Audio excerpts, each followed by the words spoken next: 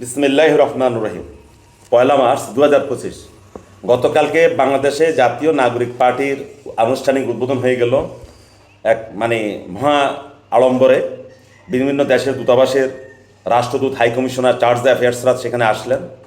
মোটামুটি বিএনপি থেকেও 2-3 প্রতিনিধি গেলেন। কিন্তু এখন এই প্রশ্ন হলো যে অনেকে জানতে চান যে এই পার্টির ভবিষ্যৎটা কী।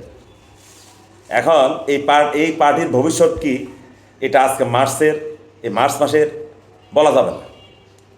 এই পার্টির ভবিষ্যৎ কি এটা আরও জানা যাবে জুনের পরে। বাংলাদেশে ডিসেম্বরে নির্বাচন হবে, এটা নিয়ে অনেকে আলোচনা করছেন, কিন্তু অবস্থার প্রেক্ষাপটে মনে হয় যে ডিসেম্বর নির্বাচনটা হবে না। এত রক্ত, এত হানাহানি, এত মৃত্যু, ছাত্র তো বলেই কি শুধু কি একটি নির্বাচনের জন্য।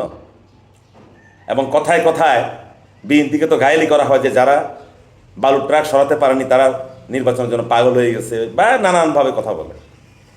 এখন এই যে জাতীয় নাগরিক পার্টির যারা সদস্য, এরা যে ভোট করবে, তাহলে এদের ভোটটা কোথায়? অনেকে এটা নিয়ে হিসাব নিকাশ মিলাতে পারছেন না। আমি একটা হিসাব মিলিয়েছি, দেখেন আপনাদের পছন্দ হয় কি না।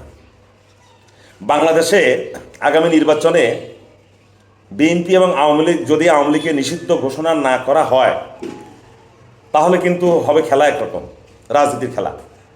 আর যদি নিষিদ্ধ করা হয় তাহলে খেলা হবে আরেক রকম। যদি নিষিদ্ধ করা হয় তাহলে আগামী জাতীয় সংসদ নির্বাচনে 25% ভোট বিএনপি সরাসরি তার কর্মী এবং সমর্থকদের থেকে সে আদায় করবে। আর থাকে 75% ভোট। ওই 75% ভোট মধ্যে আওয়ামী লীগের জন্য ধরে রাখতে হবে 25%, কমপক্ষে 25% ধরে রাখতে হবে। তাহলে বিএনপি এবং আওয়ামী লীগের 50% ভোটকে আমরা একপাশে রাখতে হবে। আর যারা জামাত ইসলাম এবং অন্যান্য ইসলামী দলগুলো মিলে যদি আমরা ধরি আরও 20% ভোট আমরা তাদের ধরে রাখলাম, তাহলে বিএনপি, আওয়ামী লীগ, জামাত, ইসলামী দলগুলো মিলে হলো 20%। তাহলে এই হলো 70% ভোট। আরও 30% ভোট থেকে যায়। এই 30% ভোট নিয়ে খেলা হবে। ধরে রাখেন বৈষম্য বিরোধী ছাত্রদের হাতে 10% ভোট আছে, ধরে রাখা যাক, তাহলে আরও থাকে 20% ভোট, যেটাকে আমরা রাজনীতি ভাষায় সুইং ভোট বলি। এখন এই সুইং ভোটটা কারা পাবে, এটাই হলো একটা বড় প্রশ্ন। বিভিন্ন জায়গাতে বিএনপির নামে বেশ কিছু ছেলে ছোকরা অনৈতিক কাজ করছে, এটা সাধারণ মানুষ ভালোভাবে নিচ্ছে না।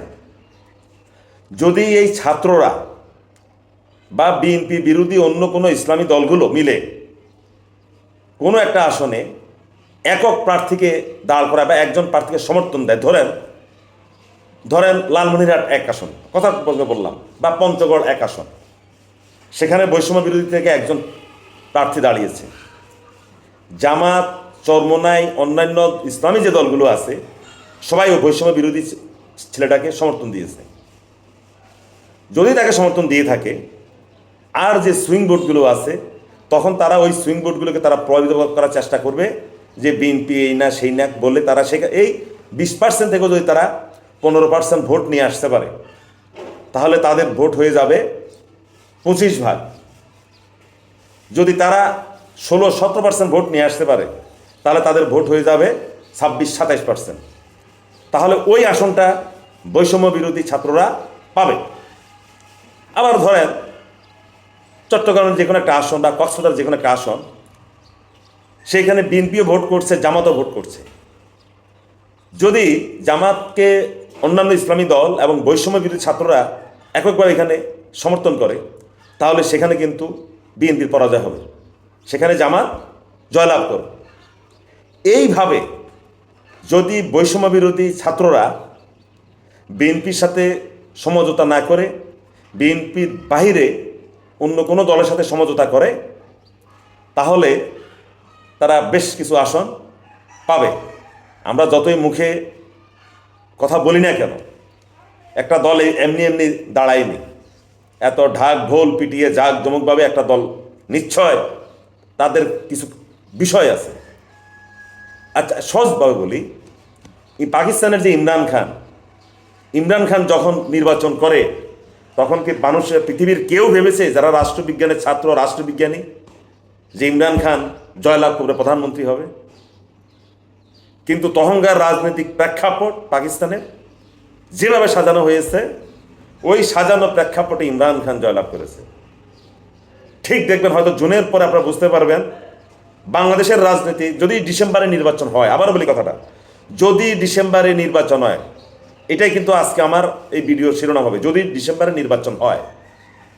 যদি ডিসেম্বরে নির্বাচন হয় এবং জুনের পরে যদি এই বাংলাদেশের প্রেক্ষাপটটা যদি পাকিস্তানের সেই ইমরান খানের প্রধানমন্ত্রী হওয়ার সময়ের সাথে সামঞ্জস্যতা পায়, তাহলে কিন্তু খবর আছে, তাহলে কিন্তু শারজিদ আলমরা ইমরান খান হয়ে যাবে।